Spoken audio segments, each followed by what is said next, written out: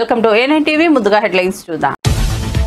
రేపటి నుంచే రాష్ట్రంలో వాట్సాప్ ద్వారా 161 రకాల సేవలు. చంద్రబాబు సమీక్ష. రేపు వాట్సాప్ గవర్నెన్స్ సేవలు ప్రారంభించనున్న మంత్రి లోకేష్. మొదటి దఫాలో పౌరులకు అందుబాటులోకి వివిధ రకాల సేవలు. గతేడాది మెటాతో ఒప్పందం.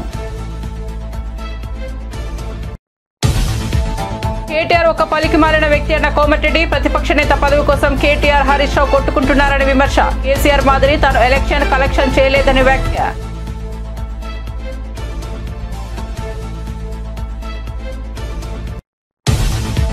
మంగళగిరిలో మంత్రి డోలా ప్రెస్ మీట్. వైసీపీ నేతలపై ధ్వజం. వైసీపీ నేతలు ఫేక్ ప్రపంచంలో బతుకుతున్నారని విమర్శలు. ప్రజలు ఎన్నికల్లో ఒక అరాచక శక్తిని తరిమి కొట్టారని వెల్లడి.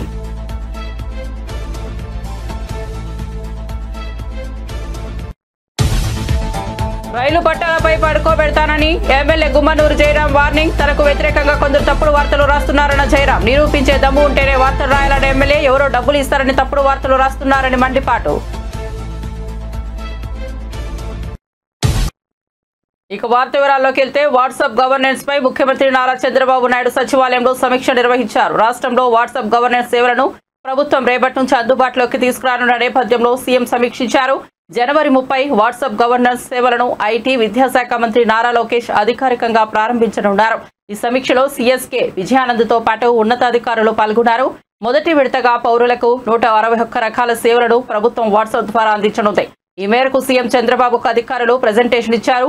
వాట్సాప్ ద్వారా సేవలను పొందాలనుకునే వారు ఏ విధంగా ఆప్షన్లను ఎంచుకున్నారు అనే దానిపై సీఎంకు అధికారులు వివరించారు. రెండవ విడతలో మరిన్ని సేవలకు ప్రభుత్వం అందుబాటులోకి తీసుకురానుంది. మొదటి విడతలో భాగంగా దేవాదాయ, ఎనర్జీ, ఏపీఎస్ఆర్టీసీ, రెవెన్యూ, అన్నా క్యాంటీన్, సీఎంఆర్ఎఫ్, మున్సిపల్ వంటి వివిధ శాఖల్లో సుమారు 161 రకాల సేవలను ప్రవేశపెట్టనుంది. సమగ్ర కులగణన సర్వే నెంబర్ గేమ్ చేంజర్. మంత్రులు ఉన్నతాధికారులతో సమీక్ష. ప్రజాప్రభుత్వం ప్రతిష్టాత్మకంగా చేపట్టిన సమగ్ర కులగణన సర్వేపై పలువురు మంత్రులు ఉన్నతాధికారులతో సమీక్ష నిర్వహించారు. సర్వేను సమర్థవంతంగా పూర్తి చేసే దిశగా భాగస్వాములైన ప్రభుత్వ సిబ్బందికి హృదయపూర్వక అభినందనలు తెలిపారు. ఈ సర్వే దేశ సామాజిక, ఆర్థిక, రాజకీయ పరిస్థితుల్లో గేమ్ చేంజర్ గా మారబోతోందని అధికారులు తెలిపారు. రాష్ట్ర ప్రభుత్వం చేపట్టిన ఈ మహత్తర కార్యక్రమం జాతీయ స్థాయిలో ప్రాధాన్యత పొందుతుందని పేర్కొన్నారు. వివిధ వర్గాలకు ఆర్థిక, రాజకీయ అవకాశాలు అందించడంతో పాటు సంపద సమాన పంపిణీ సాధనలో ఈ సర్వే కీలక భూమిక పోషించనుంది. మీరు పాటించే రెడ్ సిగ్నల్ మీ జీవితానికి గ్రీన్ సిగ్నల్ అంటూ కేంద్ర మంత్రి పెంబసాని చంద్రశేఖర్ యువతకు సందేశం ఇచ్చారు. హెల్మెట్ ధరిస్తే జుట్టుకుంటుందని దురభిప్రాయం తప్పించుకోవాలని, ప్రాణ రక్షణ కోసం ప్రతి ఒక్కరూ హెల్మెట్ ధరించాల్సిన అవసరం ఉందని సూచించారు. వాహనం నడిపేటప్పుడు ఆలోచన లేకుండా తీసుకునే నిర్ణయాలు ప్రమాదాలకు దారితీస్తాయని ఆయన హెచ్చరించారు. ట్రాఫిక్ నియమాలు పాటించకపోతే ప్రమాదకర పరిణామాలు ఎదుర్కోవాల్సి వస్తుందని గుర్తు చేశారు. కేవలం వ్యక్తిగత భద్రత మాత్రమే కాదు, కుటుంబ సభ్యుల భద్రతకు ఇది చాలా ముఖ్యమని పేర్కొన్నారు. ప్రతి ఒక్కరూ ట్రాఫిక్ నియమాలు ఖచ్చితంగా పాటించి హెల్మెట్, సీట్ బెల్ట్ లాంటి భద్రతా చర్యలను తీసుకోవడం అనివార్యమని మంత్రి సూచించారు. ఒకటి, అసలు వాళ్ళు తప్పు చేయకుండా ఉంటే ఫైన్ చేయించుకోవాల్సిన అవసరం ఉండదు. ఒకటి. రెండోది, ఫైన్ అనేది ఒక పార్టీ. భయంతో ఎప్పుడు కూడా పబ్లిక్లో చేంజ్ అనేది కొంతవరకు వస్తుంది కానీ ఎక్కువ రాదు. అల్టిమేట్గా అర్థం చేసుకోవాలి ఎందుకు ఇవి పెడుతున్నారు అనేది. మన ఓన్ లైఫ్ గురించి పెడుతున్నారు అనే దాని మీద అర్థం చేసుకుంటే మార్పు వస్తుంది తప్పించి భయంతో కొంతే వస్తుంది. Thank you.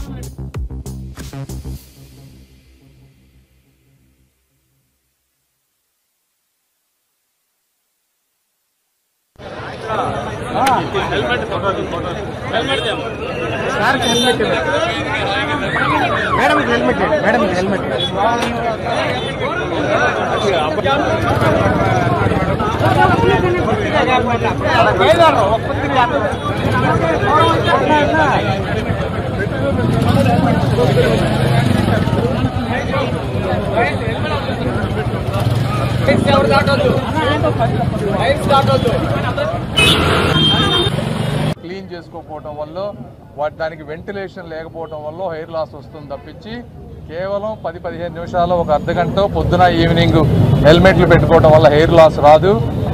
రైట్ ఫిట్టింగ్ తీసుకోండి, వెంటిలేషన్ ఉండేటువంటి హెల్మెట్స్ కొనుక్కోండి. అదేవిధంగా హెయిర్ని ఒక చిన్న కవర్ తోటి ప్రొటెక్ట్ చేసుకోండి. రెగ్యులర్గా హెడ్ బాత్ చేస్తే హెయిర్ లాస్ రాదు. కాబట్టి ఆ అపోహల నుంచి తొలగిపోయి రెగ్యులర్గా హెల్మెట్ పెట్టుకుంటే రెండు ప్రమాదాలు జరిగితే ఒక మనిషి చనిపోయేటువంటి అవకాశం 50% ప్రాబిలిటీ ఉంది. అదేవిధంగా సీట్ బెల్ట్స్ పెట్టుకుంటే 90% చనిపోకుండా ఉండేటువంటి అవకాశం ఉంది. కాబట్టి ఈ రెండు కూడా తప్పనిసరిగా పాటించాలి. మూడోది ట్రాఫిక్ సిగ్నల్స్ దగ్గర వచ్చేటప్పటికి, ఎందుకంటే ఎట్లా పడితే అట్లా ప్రతి ఒక్కళ్ళు నేనొక్కడే అని వెళ్లకుండా ఎవరికి వాళ్ళు రెస్పాన్సిబిలిటీ తీసుకుంటే తప్పించి ట్రాఫిక్ సమస్యలు కానీ అన్వాంటెడ్ యాక్సిడెంట్స్ కానీ అన్నీ తగ్గుతాయి. వీటన్ని రాష్ట్ర సాంఘిక సంక్షేమ శాఖ మంత్రి డాక్టర్ డోలా బాల వీరాంజనేయ స్వామి మంగళగిరిలోని టీడీపీ ప్రధాన కార్యాలయంలో మీడియా సమావేశం నిర్వహించారు. ఈ సందర్భంగా ఆయన వైసీపీ నేతలపై ధ్వజమెత్తారు. 2024 ఎన్నికల్లో రాష్ట్ర ప్రజలు చారిత్రాత్మకమైన తీర్పునిచ్చారని, ఒక అరాచక శక్తిని తరిమికొట్టారని వివరించారు. రాష్ట్ర ప్రజలపై వైసీపీ అరాచకాలు తట్టుకోలేకే ఎన్డీఏ ప్రభుత్వానికి అవకాశం ఇచ్చారని వెల్లడించారు. వైసీపీ హయాంలో ఒక్క అభివృద్ధి కార్యక్రమం జరగలేదని, 4,40 కోట్లకు పైగా అప్పులు చేశారని ఆరోపించారు. సుమారుగా తీసుకుంటే మనకి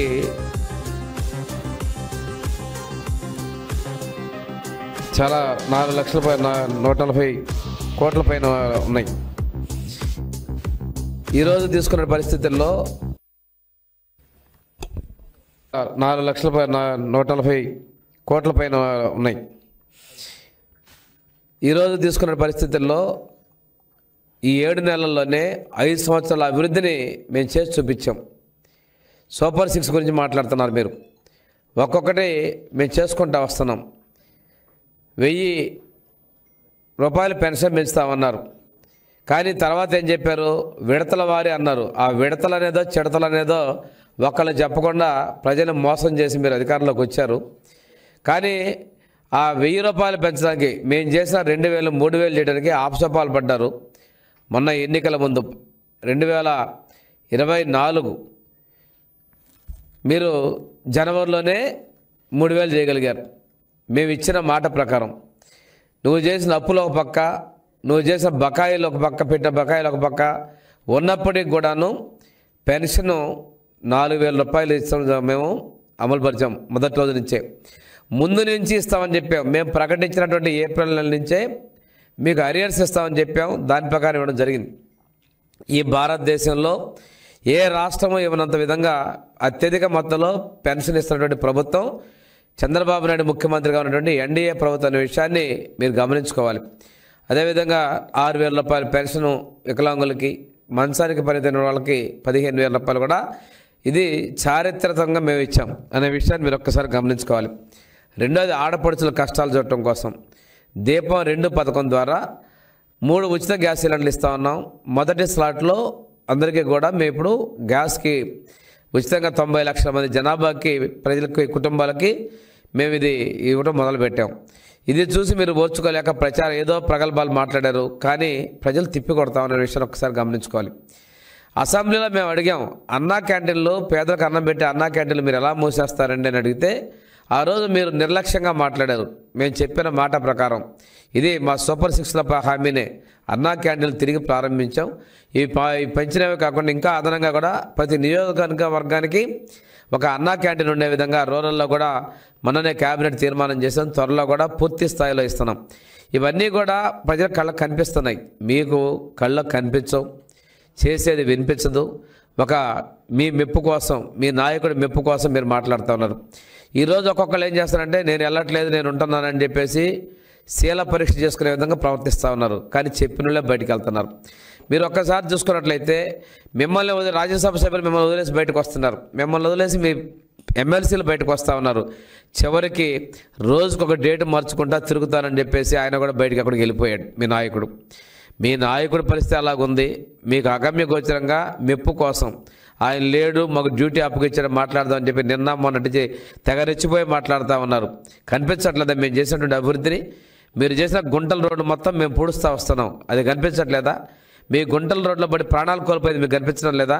మీ పత్రిక ఒకటి ఉంది, బ్లూ మీడియా, ఎప్పుడో 6 సంవత్సరాల నాటి వాటిని తీసుకొచ్చి సద్య వార్తలు తీసుకొచ్చి ఈరోజు కొత్తగా వచ్చిన ప్రజాకవి గద్దర్పై కేంద్ర మంత్రి బండి సంజయ్ చేసిన వ్యాఖ్యలు సరికాదని మంత్రి కోమటిరెడ్డి వెంకటరెడ్డి అన్నారు. అణగారిన వర్గాల కోసం పోరాడిన వ్యక్తి తెలంగాణ ఉద్యమకారుడు గద్దర్ పద్మ అవార్డులకు అర్హుడని తెలిపారు. హైదరాబాద్లోని గాంధీ భవన్లో మంత్రితో ముఖాముఖి కార్యక్రమానికి హాజరైన ఆయన బీఆర్ఎస్ నేతలపై విమర్శలు గుప్పించారు. ప్రతిపక్ష నేత పదవి కోసం హరీష్ రావు, కేటీఆర్ కత్తులతో పొడుచుకుంటున్నారని ఆరోపించారు. మాజీ సీఎం కేసీఆర్ 11 నెలలుగా అసెంబ్లీకి రావట్లేదని దుయ్యబట్టారు. బడ్జెట్ సెషన్ కు కేసీఆర్ వస్తారో లేదో చెప్పాలని డిమాండ్ చేశారు. ఉద్యమంలో గద్దరు ఉన్నాడా, బండి సంజయ్ ఉన్నాడా? బండి సంజయ్ అంటే ముందు గద్దరు తెలంగాణ కోసం 69 ఉద్యమం కానీ మన్నటి ఉద్యమంలో కానీ ఊరూరు తిరిగి పాట పాడుతూ తన పాట ద్వారా ఇలా దేశంలోనే అణగారిన ప్రజల కోసం పోరాడిన వ్యక్తి, తెలంగాణ ఉద్యమంలో పాట చేసిన వ్యక్తి. ఆయన యుద్ధ నౌక ఆయన చనిపోయిన రోజు మేము లాల్ బహదూర్ స్టేడియంలో చూసినాం. ఏదైనా పెద్ద పెద్ద నాయకులు ప్రధానమంత్రి పదవులు అలాంటి పదవులు చేసిన వాళ్ళు వస్తే ఆ విధంగా తండోపతండాలుగా ఉమ్మడి తెలుగు రాష్ట్రాలకి వేలాదిగా వచ్చి నివాళులు అర్పించిన నాయకునికి రాష్ట్ర ప్రభుత్వం రికమెండ్ చేస్తే ఇస్తే తప్పేంటి? బండి సంజయ్ గారు కేంద్ర మంత్రి హోమ్ మినిస్టర్గా ఉండి అలాంటి కామెంట్ చేయకపోవడం మంచిది. నల్గొండలో కాదు, భువనగిరిలో కాదు, ఎక్కడ నిలబడ్డా గంట సేపు నిలబడితే 5,000 మంది జనం అవుతారు. మేము మీటింగ్ పెడితే అక్కడ పల్లీలు అవన్నీ అమ్ముకుంటానికి వస్తారు, ఐస్ క్రీమ్లు. అంతమంది కూడా లేరు. ఆ సభలో ఆయన ఏ ముఖం పెట్టుకొచ్చిండు, ఎందుకు వచ్చిండు? 11 సీట్లు 60-70 వేల మెజార్టీ, పార్లమెంట్ క్యాండిడేట్ 6 లక్షల మెజార్టీ, సౌత్ ఇండియాలో హైయెస్ట్ నల్గొండ. నెక్స్ట్ భువనగిరిలో 3-4 లక్షల మెజార్టీ, ఏదో ఏకలింగం 2-3 వేలతో గెలిచి ఇంకా ఎందుకు వచ్చిండు నల్గొండకు? ఫ్లోరైడ్ని పెంచి పోషించిండు 10 ఏళ్ళ. ఇవాళ గంధమల్ల బస్వాపూర్ పైన కొండపోచమ్మ మల్లన్న సాగర్ కట్టుకొని కిందికి కాలువ కూడా ఇచ్చే మానవత్వం లేని మనిషి రూపంలో ఉన్న మృగాలు ఆ ప్రభుత్వంలో పనిచేసిన వాళ్ళు. అలాగే ఎస్ఎల్పిసి సొరంగం 70% పూర్తి చేస్తే 2,000 కోట్లు ఇస్తే 4,000 లక్షల ఎకరాలకు మాకు డెడ్ స్టోరేజ్ శ్రీశైలంకి వెళ్ళి బురద నీళ్ళు ఉన్న మా జిల్లాకు వచ్చి 4 లక్షల ఎకరాలకు ఇరిగేషన్ వచ్చేది ఉండే. శాశ్వతంగా ఫ్లోరైడ్ పరిష్కారం అవుతుండే. సొరంగాన్ని పూర్తి చేయలేదు, బ్రాహ్మణ వేలను పూర్తి చేయలేదు. ఇప్పుడు మేము పూర్తి చేసుకొని కాలువలు తీసుకొని 20 చెరువులు నింపినప్పుడే తెలంగాణ కోసం కొట్లాడి మంత్రి పదవి వదిలిపెట్టి సొరంగం లాంటి ప్రాజెక్టు తీసుకొచ్చి ఫ్లోరైడ్ కోసం కొట్లాడినప్పుడు వీళ్ళ ఆయన డిప్యూటీ స్పీకర్గా అధికార హోదాలో బుల్లెట్ ప్రూఫ్ కార్లలో తిరుగుతున్నాడు. అప్పుడు ఫ్లోరైడ్ కోసం 12 రోజులు నిరాదీక్ష చేసిన మా నాయన ఎమ్మెల్యే కాదు, ట్రాన్స్పోర్ట్ మినిస్టర్ కాదు, డిప్యూటీ స్పీకర్ కాదు, ప్రజల్లో ఉండి ప్రజలతో నుండి యూత్ కాంగ్రెస్ ఎన్ఎస్ఓ నాయకునిగా సొంతంగా కాంగ్రెస్ పార్టీ టికెట్ ఇస్తే ప్రజానాయకుడు యువ నాయకునిగా ఉండి ప్రజలతో నుండి ఎమ్మెల్యే అయినా 80 ఓట్లతో మెజార్టీ గెలిచిన ఆయన నా మీద విమర్శిస్తావు.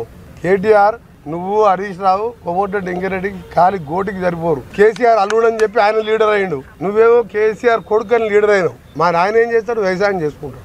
ఎట్లయినా నేను 5 సార్లు ఎమ్మెల్యేకి ఒకసారి ఎంపీగా నువ్వు నీ ఎందుకు పార్లమెంట్ ఎన్నికల్లో నా కాన్ఫిడెన్స్ తోటి నేను 1 గంట కూడా ప్రచారం చేయలే. 60,000 మెజార్టీ వచ్చింది మా రఘువీర్ రెడ్డికి. నువ్వు సిరిసిల్లలో 10,000 కోట్లు అభివృద్ధి చేసుకున్నావు కదా, 6,000 మైనస్ ఎందుకు వచ్చింది? 6,000 బండి సంజయ్కి లీడ్ ఎందుకు వచ్చింది? బీజేపీతో కుమ్మకైనా లేకపోతే ప్రజలు నీ ముఖం చూడలేక వేరే పార్టీకి ఓటేసినా? 30 ఏళ్ళలో ఒక్కసారి నా పేరు వచ్చింది, నాది ఎక్కడైనా కబ్జాలు చేసి దోసుకున్నాను. మాజీ మంత్రి గుంతకల్ ఎమ్మెల్యే గుమ్మనూరు జయరాం జర్నలిస్టులపై బెదిరింపులకు పాల్పడ్డారు. ఇందుకు సంబంధించిన వీడియో వైరల్ అవుతోంది. మా తమ్ముడిపై వార్తలు రాస్తే రైలు పట్టాలపై పడుకోబెడతా అని ఆయన హెచ్చరించినట్లు అందులో ఉంది. ప్రశ్నలు ఏవైనా ఉంటే తన ఎదుటే అడగాలన్నారు. తాను వెళ్ళాక తనపై తప్పుగా రాస్తే ఊరుకునేది లేదని హెచ్చరించారు. ఏమన్నా అనుకోవచ్చు, మీడియా ప్రతి మీడియాకి ఏ ఛానల్కైనా అడగండి. ఉందా క్వశ్చన్? ఉందా? ఏం పర్వాలేదు, ఫ్రెండ్లీగా అడుగుదాం. ఫ్రెండ్లీగానే, శత్రుత్వం వద్దు, ఫ్రెండ్లీగానే. నేను పోయిన తర్వాత అది ఇది అని చెప్పి రాస్తే మాత్రము మరి మీరే అన్నారు పట్టాల మీద పండు పెడతారు. మరి అది లేకపోయినప్పుడు మీరు నిరూపించకపోతే పట్టాల మీద పండు పెట్టే కూడా నేను సిద్ధంగా ఉన్నాను. ఎందుకంటే నాకేం లెక్కలే, అన్ని విధాలుగా చేసి వచ్చినోడిని. రాసుకోండి, నేను తప్పు చేయను. తప్పు చేస్తే మాత్రము మీరు నన్ను మీడియా కాకుండా ఏదైనా కానీ మీరు నన్ను బహిరంగంగా మీరు చేయొచ్చు. కానీ నేను తప్పు చేయకోకుండా దాన్ని నా తమ్ముడు తప్పు చేసినాడు, ఇంకోరు తప్పు చేసినాడు అనే మాట మాత్రము వెనక్కి నుంచి అనద్దండి. ఏదైనా తప్పు చేసినాడని చెప్పి నేరుగా అడగండి. ఆ తప్పు ఏమన్నా చేసింటే నేను సరిదిద్దుకుంటా. తప్పు చేయకపోతే మాత్రం తాట తీస్తా. ఇది మరొకసారి హెచ్చరిస్తున్నా. నా పైన రాసేటప్పుడు కూడా ఎవరైనా కానీ అన్ని విధాలుగా ఆలోచన చేసి రాయండి. నేను కబ్జా చేస్తే మాత్రం తల వంచుతా, కబ్జా చేయకపోతే తల ఎత్తుకొని నడుస్తా. మీరు ఎవరైనా అడిగేదంటూ ఉంటే అడగండి. ఏమిది ధైర్యంగా చెప్తున్నాడు, కబ్జా చేసినాడా చేయలేదా, మరి ఎంతమందిని పట్టాల మీద పండబెట్టినారా అనేది న్యూస్ లో వస్తుండదు. ఇదే కోరిక మేరకు నిన్ననే మా కార్యకర్తలతో, మా నాయకులతో, మా కుటుంబ సభ్యులు, తెలుగుదేశం కుటుంబ సభ్యులతో కూర్చున్నప్పుడు నా పరిపాలన బాగలేదు, ఒక ప్రతి ఒక్కరు అన్నదమ్ములతో ఎమ్మెల్యేలుగా ప్రవర్తిస్తారని చెప్పేసి ఏ మీడియా సోదరులు అంటున్నారు, మీ అభిప్రాయం అని అడిగితే ప్రతి ఒక్కరు అన్నాళ్ళు. మరి వాళ్ళ మాటల్లోనే అడుగుదాం. ఏమో బీజేపీ మన ఎన్డీఏ మన కూటమిలో మీరున్నారు, నా తమ్మునోళ్ళు రాజకీయం కానీ లేదంటే నా కొడుకు కానీ ఎప్పుడైనా ఏమైనా దౌర్జన్యాలు చేస్తున్నారా లేదా అనేది మన ఎన్డీఏ గవర్నమెంట్ ఉన్న సభ్యులు బీజేపీ నుంచి మా తమ్మునోళ్ళు ఉంటే మేలా, లేదంటే మా తమ్మునోళ్ళు మీరైనా ఇంట్లో పెట్టండి, ఎమ్మెల్యే మీరు కదా. కాంగ్రెస్ ప్రభుత్వం హామీలను అమలు చేయలేక డైవర్షన్స్ డ్రామాలు చేస్తోందని శాసనమండలి ప్రతిపక్ష నేత మధుసూదనాచారి విమర్శించారు. గతేడాది సీఎం రేవంత్ రెడ్డి 40,000 కోట్ల పెట్టుబడులు తెచ్చామన్నా ఇప్పటి వరకు రాష్ట్రానికి ఒక్క రూపాయి కూడా రాలేదని ఆయన ఆరోపించారు. ప్రజలు కాంగ్రెస్ హామీలపై ప్రశ్నిస్తుంటే వాటికి సమాధానం చెప్పలేక ప్రజల దృష్టి మరల్చే ప్రయత్నాలు చేస్తున్నారని మండిపడ్డారు. కేవలం మాటలు కాదు, అమలు చేయగల సామర్థ్యం ఉంటేనే ప్రజలు విశ్వసిస్తారని మధుసూదనాచారి హెచ్చరించారు. ఆయన మాటలు, ఆయన వ్యవహార శైలి ఈపాటి ముఖ్యమంత్రి ఇండియాలో లేదన్నట్టుగా ఆయన వ్యవహార శైలి ఉన్నది. రాష్ట్ర ప్రభుత్వాన్ని నడిపేటువంటి క్రమంలో అభివృద్ధిని కాంక్షించేటువంటి ఏ ప్రభుత్వం అయినా చాలా ఎంఓయూలు చేసుకుంటుంది. అందులో చేసుకున్నటువంటి ఎంఓయూలన్నీ కూడా అమల్లోకి వచ్చినటువంటి దాఖలా గతంలో లేదు, ఈరోజు కూడా ఉండదు. 1,82,000 కోట్లు ఎంఓయూలు చేసుకోవడమే పెట్టుబడులు తరలి వచ్చినట్టుగా ఆయన భ్రమిస్తూ ఉన్నాడు. అయితే ఇదే సందర్భంగా ఈ ఎంఓయూల విషయంలో చంద్రబాబు నాయుడు గారు ఆంధ్రప్రదేశ్ సమైక్య ఆంధ్రప్రదేశ్కు, ఈరోజు ఆంధ్రప్రదేశ్ రాష్ట్రానికి ముఖ్యమంత్రిగా కొనసాగినటువంటి వ్యక్తి, అనేక సందర్భాల్లో అనేక ఎంఓయూలు చేసుకున్నటువంటి వ్యక్తి. ఎంఓయూల విషయంలో చంద్రబాబు నాయుడు గారి కామెంట్ ఏంటంటే, దావోస్లో జరిగేది ఓన్లీ నెట్వర్కింగ్ మాత్రమే, అంతకుమించి అక్కడ ఏమీ ఉండదు అని ఆయన అంటున్నాడు. ఇక ఈరోజు ముఖ్యమంత్రి రేవంత్ రెడ్డి గారి డిప్యూటీ సీఎం గారైనటువంటి బట్టి విక్రమార్క గారు వారంటున్నటువంటి మాట ఏంటంటే, ఎంఓయూలు అన్నీ ఎక్స్ప్రెషన్ ఆఫ్ ఇంట్రెస్ట్ మాత్రమే అని అంటా ఉన్నారు. ఒకవైపు అభిప్రాయాలు, వాస్తవాలు ఆ రకంగా ఉంటే ఈ దేశంలో ఏ రాష్ట్ర ముఖ్యమంత్రి ఎన్నడూ దేని విధంగా ఇంత పెద్ద ఎత్తున ఎంఓయూలు చేసుకున్నాం, ఈ పెట్టుబడులు వచ్చినటువంటి భ్రమింపజేసేటువంటి మాటలు ముఖ్యమంత్రి మాట్లాడుతూ ఉన్నాడు. ఇదే ముఖ్యమంత్రి గడిచిన సంవత్సరం కూడా దావోస్లో ఎంఓయూలు చేసుకున్నారు. ఆ రోజు వాళ్ళు చేసుకున్నటువంటి ఎంఓయూల విలువ 40,000 కోట్లు. దాంట్లో ఇప్పుడు మాకున్నటువంటి సమాచారం ప్రకారం 10-12,000 కోట్లు మాత్రమే మెటీరియలైజ్ అయినాయి. ఇదొక భాగం అయితే, ఇందులో ఇంకొక గొప్ప కోణం ఏంటంటే, మొన్న అక్కడ ఎంఓయూలు చేసుకున్నటువంటి వాళ్ళల్లో మనకు సంబంధించినటువంటి వాళ్ళు రామ్కీ కావచ్చు, మేఘా కావచ్చు ఇటువంటి సంస్థలన్నీ కూడా ఇక్కడికి సంబంధించినవి. వీళ్ళు కూడా పెద్ద ఎత్తున అక్కడ ఎంఓయూలు చేసుకున్నారు. అంటే ఫిగర్ ఎక్స్పోజ్ చేయడానికి మాత్రమే తప్ప, ఇది రేవంత్ రెడ్డి గారు నేను గొప్పగా కార్యక్రమాలు చేస్తున్నా అనేటువంటి దాన్ని నమ్మించడం కోసం ఈ రకంగా చేస్తూ ఉన్నాడు. అసలు జరుగుతున్నది ఏంది? ఆంధ్ర రాష్ట్రంలో వారు ముఖ్యమంత్రి అయి తెలంగాణలో కాంగ్రెస్ ప్రభుత్వం ఏర్పడి 13 మాసాలు గడిచిపోయినాయి.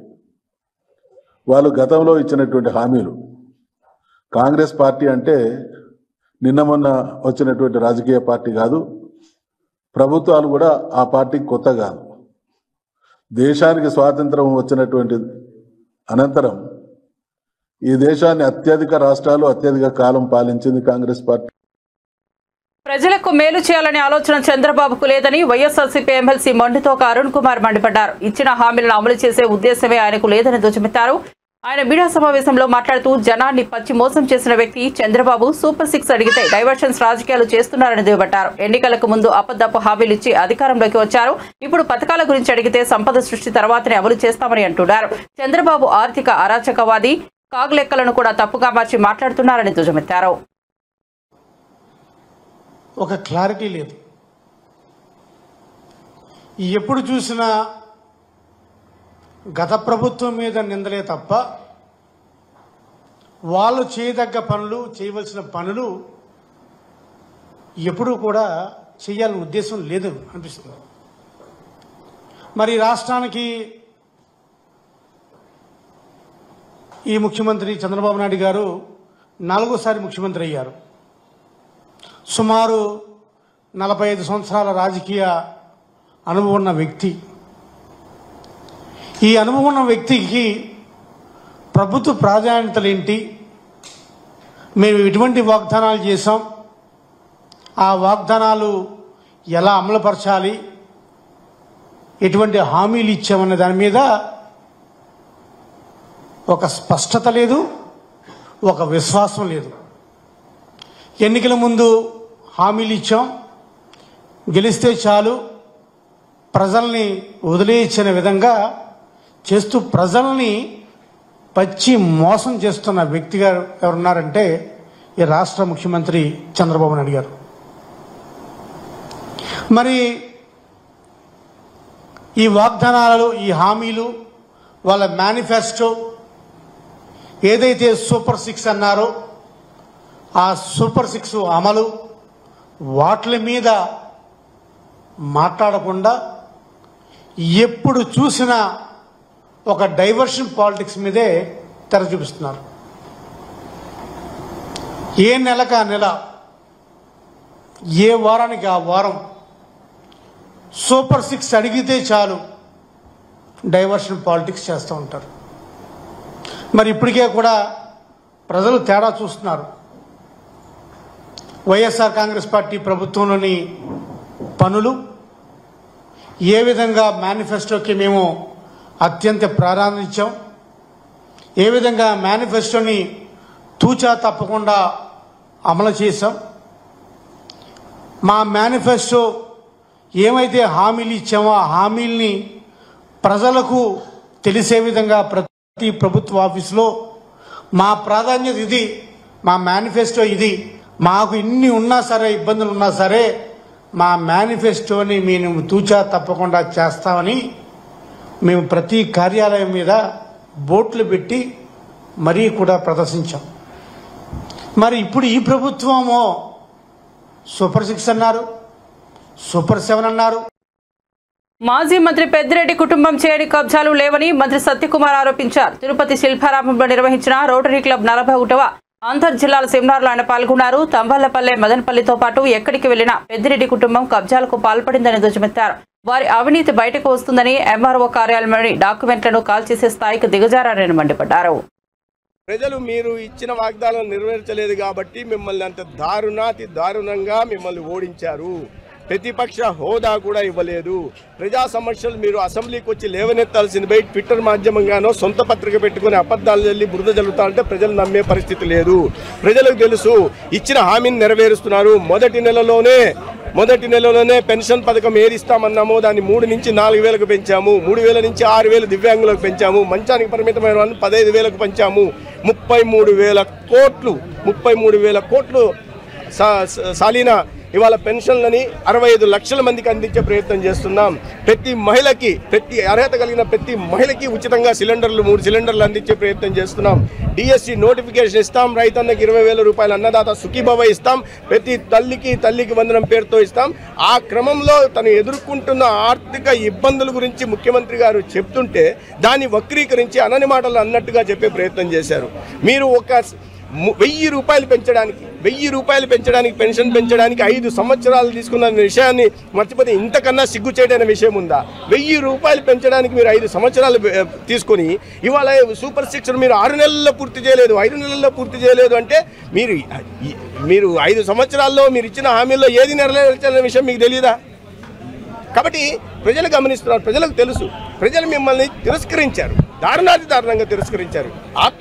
చేసుకోండి, కొన్నాళ్ళు సమయం ఇవ్వండి ప్రభుత్వానికి. ఈ ఆర్థిక ఇబ్బందుల నేపథ్యంలో కూడా గట్టిగా పనిచేస్తోంది. కేంద్రం నుంచి కూడా గట్టిగా సహకారం అందుతోంది. కేంద్రంలో రాష్ట్రంలో ఎన్డీఏ ప్రభుత్వం వస్తే ఎటువంటి లబ్ధి జరుగుతుందన్న విషయం మేము గతంలో చెప్పాం. అదేవిధంగా రాష్ట్రం ఇవాళ పారిశ్రామికకరంగా ముందుకెళ్తుంది, అభివృద్ధి పదంలో ముందుకు పరుగులు తీస్తూ ఉంది. రోడ్ల మీద గుంతలు పూడ్చే ప్రయత్నం చేస్తాం, గ్రామీణ ప్రాంతాల్లో సిమెంట్ రోడ్లు వేస్తున్నాం.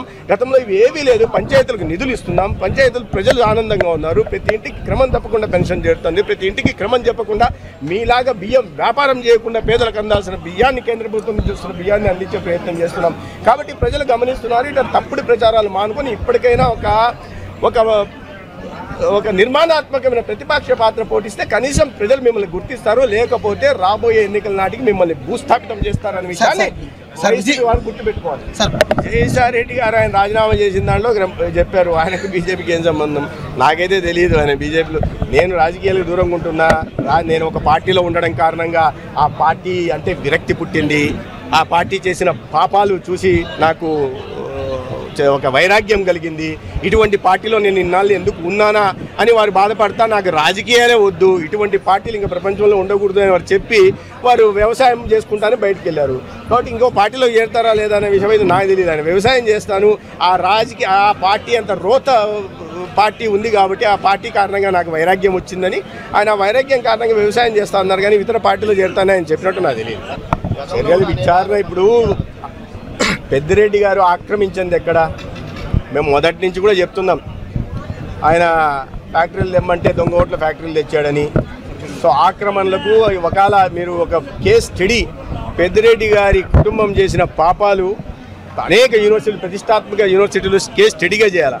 ఇటువంటి మోసాలు, ఇటువంటి ఘోరాలు, ఇటువంటి పాపాలు, ఇటువంటి కబ్జాలు, ఇటువంటి అరాచకాలు ఒక కుటుంబం చేయగలదా రాజకీయాల్లో అనే విషయాన్ని వాళ్ళని కేస్ స్టడీగా తీసుకోవాల్సింది. వారు చేయని కబ్జా లేదు, వారు చేయని పాపం లేదు. అక్కడెందుకు తమ్మలపల్లి ప్రాంతానికి పోతే, మదనపల్లి ప్రాంతానికి పోతే ఎక్కడికి పోయినా కూడా కబ్జాలు చేశారు. చివరికి ఎంతకు బరి తెగించారంటే వాళ్ళ పాపాలు బయటకు పడతాయని చెప్పి ఎంఆర్ఓ ఆఫీస్ని దాంట్లో ఉన్న డాక్యుమెంట్లను కాల్ చేసే స్థాయికి దిగజారారు. విచారణ జరుగుతుంది, ఖచ్చితంగా దోషులు తప్పించుకునే ప్రసక్తి లేదు. గతంలో మదనపల్లి ఫైల్స్ విషయంలో బయట అదే అటవీ భూములు కూడా అటవీ శాఖ మంత్రిగా అంటే మీకు వాళ్ళకి ఏమనుకున్నారంటే పలానా శాఖ ఇస్తే ఆ శాఖకు సంబంధించినవన్నీ నా ఆస్తులే. టీడీపీ హామీలో కంటే వైఎస్ జగన్మోహన్ రెడ్డి పాలనలో రాష్ట్ర ఆదాయం పెరిగిందని మాజీ మంత్రి చెల్లుపోయిన వేణుగోపాలకృష్ణ తెలిపారు. వైఎస్ఆర్ కాంగ్రెస్ పార్టీ హయాంలో సగటు వార్షిక వ్యయం కూడా ఎక్కువగా ఉందన్నారు. అమరావతి, పోలవరం ప్రాజెక్టులు చంద్రబాబుకు మాత్రమే లాభపడ్డాయని, ఆయన కుటుంబ వ్యాపార సంస్థ హెరిటేజ్ ఆస్తులు 900 కోట్లు పెరిగాయని ఆరోపించారు. టీడీపీ హయాంలో సామాన్య ప్రజల జీవనం మరింత కష్టంగా మారిందని విమర్శించారు. 978 కోట్లు సుమారు ఎంత పెరిగింది? 58,000 కోట్లు ఎక్కడ, 92,000 కోట్లు ఎక్కడ? ఆదాయాన్ని పెంచినటువంటి నాయకుడిగా జగన్మోహన్ రెడ్డి గారు ఉన్నారని సందర్భంగా గుర్తు చేస్తా ఉన్నాను.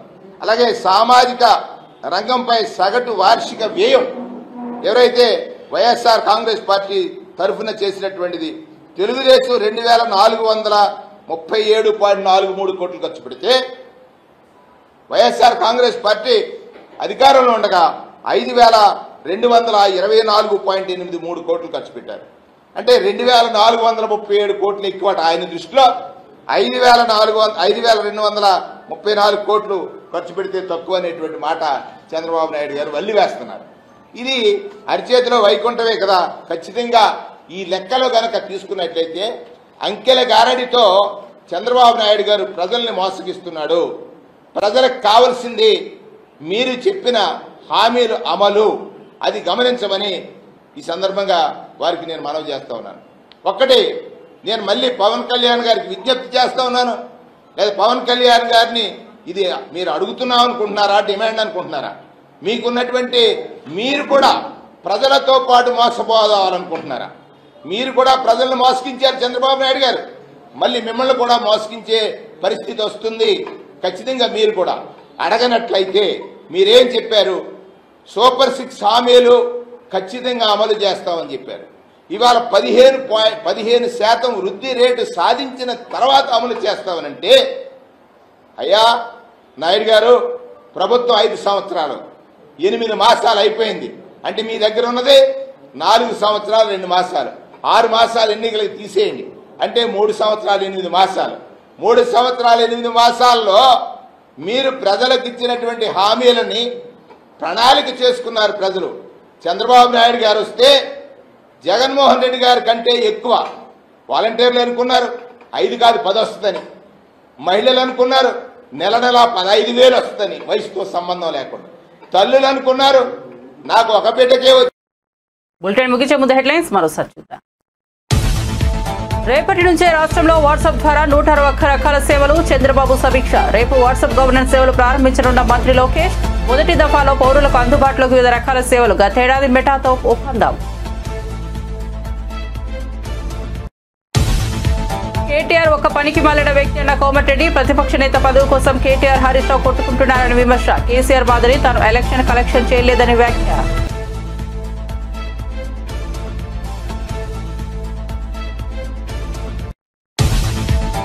మంగళగిరిలో మంత్రి డోలా ప్రెస్ మీట్. వైసీపీ నేతలపై ధ్వజం. వైసీపీ నేతలు ఫేక్ ప్రపంచంలో బతికారని విమర్శలు. ప్రజలు ఎన్నికల్లో ఒక అరాచక శక్తిని తరిమి కొట్టారని వెల్లడి.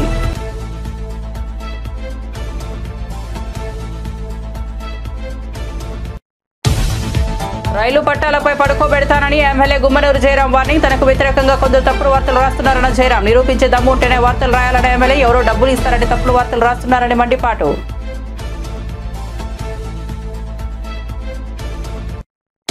మరిన్ని అప్డేట్స్ కోసం చూస్తూనే ఉండండి A9 TV.